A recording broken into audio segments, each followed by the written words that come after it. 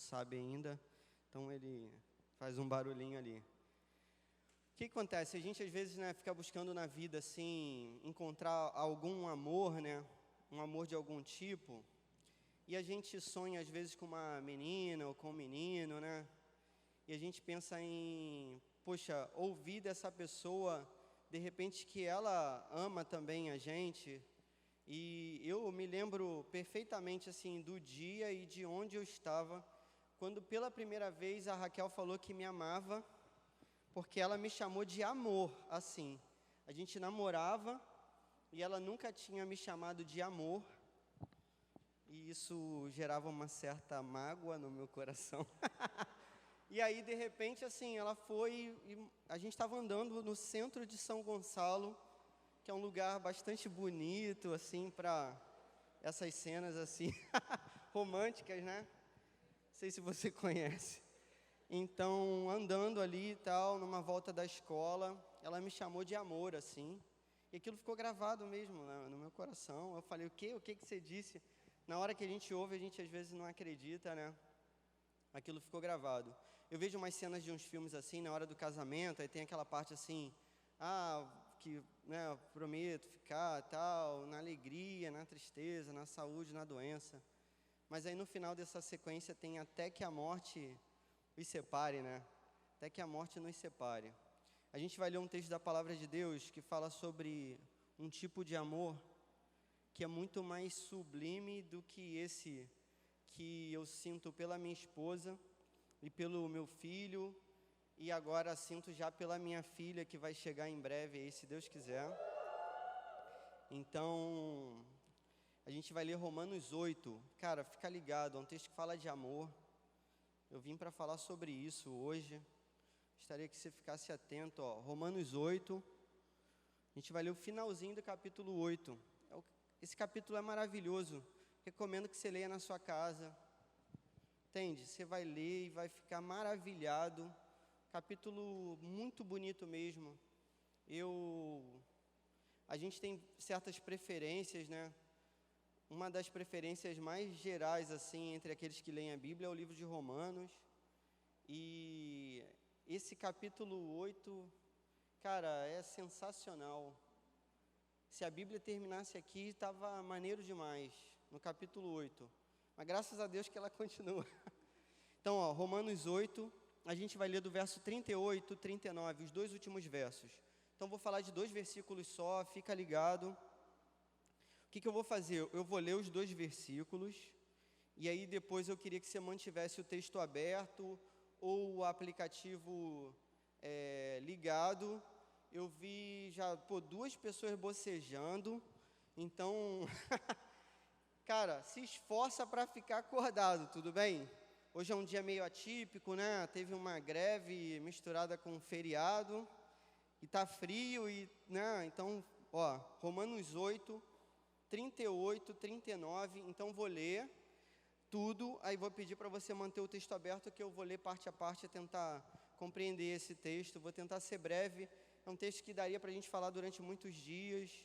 Eu não estou realmente à altura desse texto, o texto muito maior do que aquilo que eu posso explicar com palavras.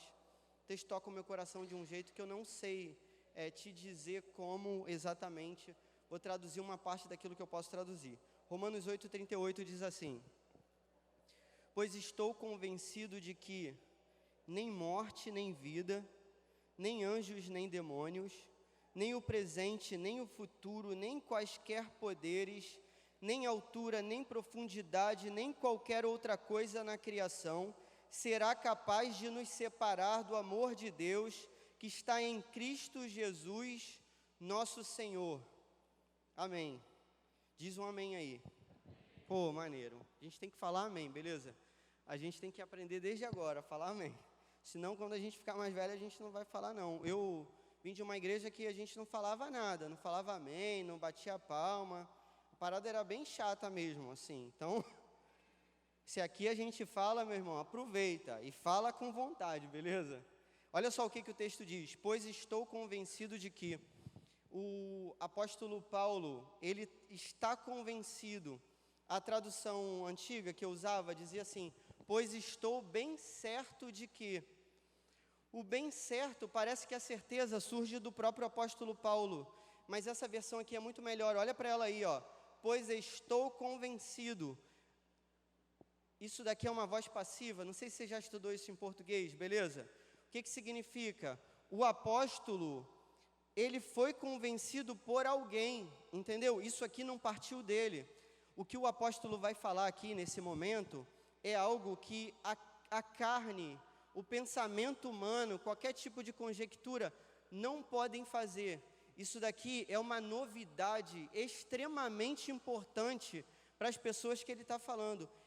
Esse cara vivia numa cultura em que aquilo que Deus fazia pelo homem, de modo geral, era interpretado como algo que dependia daquilo que a gente fazia por Deus.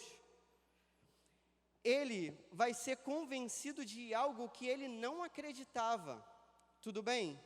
Aqui não é o próprio apóstolo Paulo que fala aquilo que ele acha, mas aquilo que ele se torna convencido. E aqui eu estou convencido, ele não coloca assim, eu fui convencido, porque se dissesse fui convencido, parece que ele já não está mais convencido agora. Ele diz estou, porque esse estou é um presente histórico permanente, então ele vai estar sempre convencido disso. Agora a gente vai entender aquilo que ele foi convencido, tudo bem? Aquilo que veio de fora, na verdade veio de Deus para ele. Olha só o que ele diz, estou convencido de que nem morte nem vida. Ele começa a criar pares que são opostos. Pô, você consegue entender que morte e vida é oposto? Tranquilo? Está entendendo o que eu estou falando? Morte aqui, a palavra aqui é thanatos. Assim, mas a palavra, você já deve ter ouvido na divindade grega, thanatos e tal. Aqui morte é essa morte que a gente vê todo dia. A gente liga o noticiário e vê aquela morte ali. Alguém que morre. Não é a morte eterna, entendeu? É a morte imediata dessa vida aqui, desse momento aqui. Então ele está convencido, ele foi convencido porque ele não acreditava nisso. Ele foi criado de um jeito que não se acreditava nisso. Você foi, eu tenho certeza, você foi criado de um jeito em que você não acreditava nisso. Nisso que ele está falando aqui, que nem morte, essa morte física nossa, beleza? Nem vida. Aí aqui a vida é oposta a essa vida de agora. Nada dessa vida, nem mesmo a morte. A morte é fruto do pecado. É isso que a Bíblia diz. Se você ligar o noticiário agora, nesse momento, cara, você vai ver o que o pecado gera no mundo. Quanta morte que gera o pecado. Você olha para as crianças lá de Alepo, você olha para a Síria, você olha hoje para as ruas do Brasil, você olha para a esquina da sua casa, e a morte está em todo lugar, tudo bem? Então, mas ele diz, aqui nem morte nem vida. A morte é um dos poderes, vou ser redundante, a morte é um dos poderes mais poderosos que já existiram. A morte vai ser vencida e já foi vencida, mas assim, é o último obstáculo a ser vencido, é isso que o apóstolo vai dizer, né? O último obstáculo a ser vencido vai ser a morte. Onde está a morte, a sua vitória? Onde está a morte, seu Aguilhão? Tudo bem? Está acompanhando o raciocínio? Então assim, existe um poder muito poderoso, que é o poder da morte, e nem o poder da morte se opõe àquilo que o apóstolo vai falar. Ele não acreditava nisso, mas ele vai ser convencido disso. Nem vida, nada nessa vida pode fazer o contrário daquilo que ele vai dizer no final do texto. Nem morte nem vida, continua comigo aí. Nem anjos, nem demônios. Cara, você já parou para imaginar assim, o poder que deve ter um anjo, né, de Deus? Aqui ele está falando daquilo que seja mais poderoso do que ele já ouviu falar na história dele. Então ele está falando assim, pensando, cara, o que deve ser poderoso? A morte é extremamente poderosa, tão poderosa que todo mundo vai morrer um dia, tudo bem? O caminho que a vida te leva é um caminho também extremamente poderoso, esse rio torto, que a gente se envereda pela vida. Aí ele diz assim, nem anjos, arcanjos, os maiores de todos, tudo bem? Nem mesmo os demônios. Ele está falando de gigantes que são espirituais. A vida e a morte a gente consegue ver todo dia. Agora ele está falando daquilo que é invisível, aquilo que não se vê, mas que ele sabe que existe, tudo bem? mesmo os demônios mais poderosos e os anjos mais poderosos não podem fazer aquilo que ele vai dizer no final, ó, nem anjos, nem demônios, nem o presente, nem o futuro. Se ele dissesse só o presente já estava maneiro, mas ele diz o presente e o futuro. Olha que garantia maravilhosa, cara. Eu já li os 2 versículos, você já sabe o que é o final, tudo bem? Então, olha que garantia maravilhosa. Nada do que a gente faz agora e nada do que eu farei no futuro, eu tenho infelizmente, eu tenho a capacidade, eu já reparei isso na minha vida, talvez um dia você repare isso na sua, não sei se você já reparou, mas eu tenho a capacidade, cara, de estragar tudo que é bonito e maravilhoso, eu tenho essa capacidade de estragar. Eu sou capaz de estragar tudo, assim, eu sou capaz de estragar o meu casamento, eu sou capaz de estragar o meu relacionamento com meu filho, com meus filhos, eu sou capaz de estragar a minha profissão, eu sou capaz de estragar qualquer coisa. Só que isso daqui eu não vou conseguir desfazer. Por quê? Porque não sou eu quem está falando isso, é Deus que está me garantindo, e disso Ele me convence, porque eu não nasci sabendo isso. Tudo bem?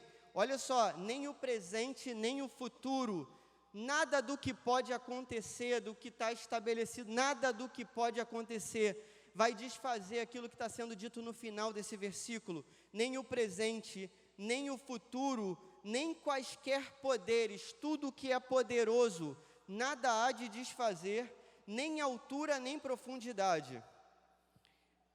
Quando Isaías, no capítulo 6 do livro de Isaías, ele tem uma revelação do trono de Deus, ele diz assim: no ano da morte do rei Uzias, eu vi um trono alto, o Senhor no seu trono alto e exaltado.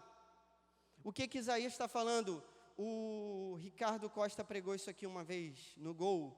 Ele falou assim, que o alto e exaltado, no hebraico, é num trono alto, alto. Imagina uma parada alta e imagina uma parada mais alta do que a parada alta que você imaginou. Entende? Imagina que seja mais alto. Imagina o mais alto do mais alto. O Senhor está num trono alto, alto. Nem altura, essa distância que a gente tem do trono de Deus. Tudo bem?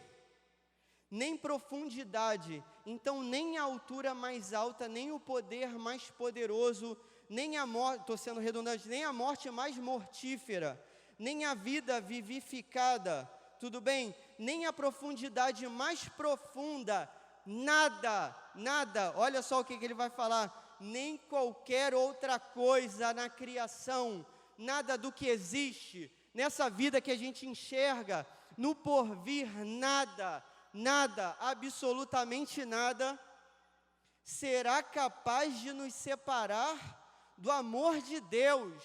E você tem que falar aleluia agora, tudo bem? Diz aí, aleluia. Você já falou aleluia alguma vez na sua vida? Diz aí, aleluia. Cara, nada, isso está garantido pela palavra. Olha que tranquilidade que tem no meu coração agora, cara. Nada vai me separar do amor de Deus, nada vai me separar. Nem eu mesmo vou me separar do amor de Deus em tudo que eu faço de errado. Tudo bem? Pô, lembra dessa música que a gente canta aqui? E de tanto eu buscar ser aceito por ti, me surpreende o seu amor que sempre me cercou. Então, nada do que eu faço é capaz, entendeu? Porque esse amor me cerca independente de tudo que eu faça. A cultura, de modo geral, o homem, a carne, vai pensar assim, poxa, eu tenho que fazer alguma coisa para chegar a esse Deus, para merecer esse amor, para que esse amor não se afaste de mim, mas não tem nada para fazer, isso que a Bíblia está garantindo para a gente não precisa fazer nada, isso é loucura, mas é o que a Bíblia diz, isso é maravilhoso demais. Como é que pode um filho abandonar um pai e acreditar que esse pai deve morrer, pegar sua herança e torrar com prostituta? E depois esse filho sujo volta para casa e ele é recebido como um herói pelo pai. Essa é a parábola do filho pródigo. E ele vai ser beijado e abraçado e honrado e vestido e amado, como se ele tivesse feito tudo certo na vida dele. Nada do que você fizer, nada do presente e do futuro, nada será capaz de te separar, será capaz de me separar, será capaz de nos separar do amor de Deus. Você sonha em ser amado por alguém? Agora imagina você ser amado por alguém que ama perfeitamente e completamente, infinitamente, de modo que esse amor nunca vai acabar. Um amor muito mais bonito do que qualquer amor que você já viu na sua vida. Um amor muito mais bonito que todos os filmes de amor. Um amor muito mais bonito do que Romeu e Julieta. Um amor até mais bonito do que o meu por Raquel, que é muito maior do que o de Romeu e Julieta.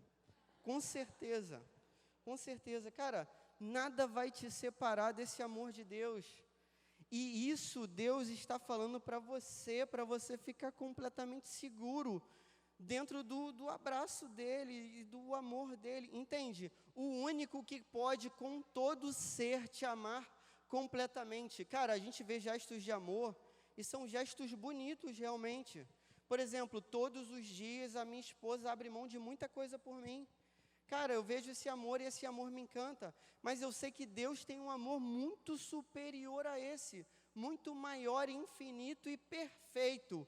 E por mais que a gente tenha defeitos, esse amor nos abraça, e de tanto a gente tentar ser aceito por Ele, surpreende esse amor que sempre nos cerca, e a gente não precisa fazer nada.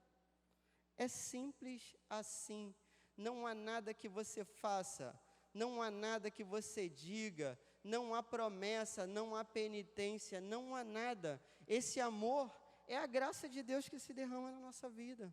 E a gente fica completamente seguro. Vou te falar de um gesto de amor. Cara, pensa nos seus pais aí, aqueles que te criaram, sei lá, como é que eles te amam. Uma vez, quando a gente estava passando por uma situação meio difícil financeiramente, e aí aconteceu o seguinte: eu não tinha uma meia para ir para a escola. Não tinha. E fazia parte do uniforme uma meia. E a gente não tinha dinheiro. E aí, a minha mãe, cara, nesse dia, ela deixou de comer no trabalho dela para comprar uma meia para mim. Porque eu fiquei com vergonha de ir para a escola sem meia, eu era criança. E fiquei com vergonha de ir para a escola e dos meninos ficarem me zoando. E minha mãe deixou de comer para comprar uma meia para eu ir para a escola, cara. Olha que doideira. Pô, você consegue entender o tamanho desse gesto de amor? Mas os gestos de amor desse Deus Todo-Poderoso são infinitamente maiores e mais bonitos. E que se manifestam como? Olha o que o texto vai dizer no final para a gente. Será capaz de nos separar do amor de Deus, que onde é que está o amor de Deus? Em Cristo Jesus. Entende? Esse amor de Deus se manifesta em Cristo Jesus. Na vinda do Messias, na vida do Messias, quando ele virou um nenenzinho igual meu filho. Sempre que eu vejo meu filho eu penso nisso, cara, eu fico maravilhado. Como é que pode um Deus Todo-Poderoso foi gerado dentro de uma barriga de uma mulher, e aí ele nasce e é um menino frágil como o meu nenenzinho ali, e ele cresce e ele vive uma vida de sofrimento, e ele passa fome, e ele passa sede, e ele sofre e sente dor, tudo por mim, apesar de eu não merecer nada disso. Entende? A salvação é de graça e é pela graça de Deus. E esse amor de Deus está garantido em Cristo Jesus. Mas olha o que diz o texto no final. Nosso Senhor. Ou seja, tudo isso depende de que Jesus tenha o senhorio da nossa vida. E se Jesus retém esse senhorio da nossa vida, nada, nenhum poder, nem presente, nem futuro, nem altura, nem profundidade, nem vida, nem morte, nem quaisquer poderes, nem anjos, nem demônios, nada há de nos separar do amor de Deus, que está em Cristo Jesus nosso Senhor. Jesus fez tudo para garantir esse amor de Deus na nossa vida, e é simples assim. Essa é a graça, e esse é o evangelho maravilhoso. Se você achar que tem que fazer alguma coisa, você está negando esse evangelho aqui. Você precisa ser convencido como eu fui, como o apóstolo Paulo foi. Porque eu acreditava também que eu tinha que fazer alguma coisa, e de tanto eu pensar que tinha que fazer alguma coisa, ser aceito por ti, me surpreende o seu amor que sempre me cercou. Cara, de tanto eu achar que eu tinha que fazer alguma coisa para merecer esse amor se manifesta na minha vida pela graça de Deus, que se manifesta em Cristo Jesus nosso Senhor. E em Cristo Jesus, e no senhorio dele sobre a minha vida, no comando dele na minha vida, eu tenho certeza que nada há de me separar desse amor. Tudo bem? Assim diz Jesus, nenhum dos que o Pai trouxer a mim eu lançarei fora. Ninguém há de perder essa graça daqueles que foram chamados, que estão em Cristo Jesus, e que Ele assume o senhorio da sua vida. Cara, olha que certeza maravilhosa. Uma lição para a sua vida agora. Esteja convencido do amor irresistível de Deus. Nada há de nos separar do amor de Deus. Segunda lição, tenha certeza de que em Cristo Jesus e no seu senhorio permanecemos inseparáveis desse amor. Cara, Jesus é o Senhor da minha vida, graças a Deus. Jesus é o Senhor da minha vida, nada há de me separar desse amor. Eu não preciso de obras, tudo bem? Eu preciso dessa graça que se derramou na minha vida. E essa graça gerou essa fé no meu coração. E agora nada há de me separar desse amor. Naturalmente eu não acreditaria nisso, mas eu fui convencido um dia, eu fui quebrado um dia. Porque quando a gente acredita nas obras, a gente é orgulhoso. Eu fui quebrado um dia, cortado pela palavra de Deus, e eu sei que eu não mereceria nada, nada do que eu fizesse seria capaz. Eu confio somente em Jesus, somente na cruz. Essa é a minha garantia. Diante de anjos e de demônios, num dia de juízo, a minha confiança estará em Cristo Jesus. E Ele, como Senhor da minha vida, há de garantir que esse amor de Deus não será separado de mim no momento da minha morte. Nem em nada que eu faça nessa vida, nem no presente, nem no futuro. Nada há de me separar do amor de Deus em Cristo Jesus, nosso Senhor. Amém? Vamos orar, irmãos. Senhor, muito obrigado pela Tua palavra, muito obrigado pelo Teu poder, muito obrigado pelo Teu evangelho. Senhor, a gente confia nesse amor tão maravilhoso que se manifestou na cruz do Calvário. A gente sabe que nada é maior do que todo o poder que foi manifestado na cruz do Calvário, que venceu a morte, Pai. A gente sabe disso, Pai, que venceu o nosso pecado, a nossa maldade. A gente não confia na nossa palavra, no nosso poder, a gente confia na Tua palavra. E hoje a gente está convencido de que nada há de nos separar desse amor tão maravilhoso, Pai, daquilo que foi conquistado na cruz do Calvário. E por isso a gente se rende a esse senhorio do Senhor Jesus na nossa vida, Pai. E a gente te ama por isso, Senhor. A gente te ama porque o Senhor nos amou primeiro, Pai. E a gente quer te amar de todo o coração, Pai. Mais do que qualquer pessoa, mais do que tudo que a gente tenha nessa vida tão passageira, a gente quer te amar e dedicar a nossa vida a Ti, de todo o coração, em nome de Jesus. Amém, Senhor.